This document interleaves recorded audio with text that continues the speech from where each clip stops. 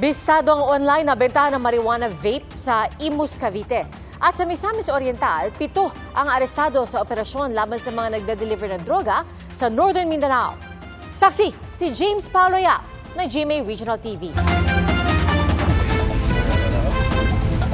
Ito ang aktual na pagsalakay ng mga operatiba ng Philippine Drug Enforcement Agency sa isang bahay sa barangay Sihayon, Taguluan, Misamis Oriental, alas 4 ng umaga kanina.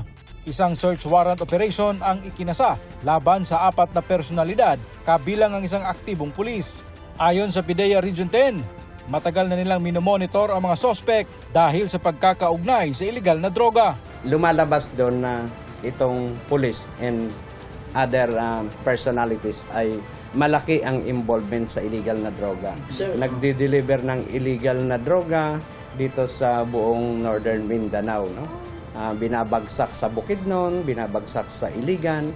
Huli sa operasyon ang 7 personalidad, ngunit nakatakas ang target na pulis. Nakuha mula sa mga sospek ang 100 gramo ng hinihinalang shabu na nagkakahalaga ng 680,000 pesos. Gayon din ang isang baril, mga bala at cash. Nasa kustodiya na ng PIDEA 10 ang mga sospek na hindi pa nagbibigay ng pahayag.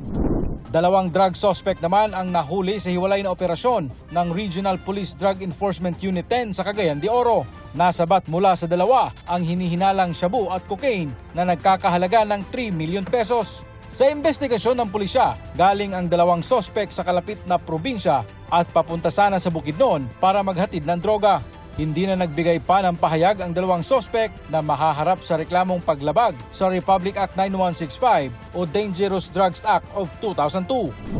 Isang lalaki naman ang naaresto sa anti-drug operation sa Imus, Cavite. Nabawi mula sa sospek ang vape cartridge na naglalaman ng mga liquid marijuana, marijuana oil at ng high-grade marijuana kush na posibleng mula pa umano sa Thailand. Lumalabas sa investigasyon ng pulisya na nagsisilbi umanong marijuana distribution hub ang bahay ng sospek. Hindi naman itinanggi ng sospek na sangkot siya sa illegal drug trade. Online daw ang mga ikinakasanyang transaksyon. Sa kabuuan, aabot sa mahigit ₱250,000 ang kontrabandong nakuha mula sa kanya. Para sa GMA Integrated News, ako si James Paulo Yap ng GMA Regional TV, ang inyong saksi. Mga kapuso, sama-sama tayong maging saksi. Mag-subscribe sa GMA Integrated News sa YouTube at para sa mga kapuso abroad, samahan niyo kami sa GMA Pinoy TV at sa www.gmanews.tv.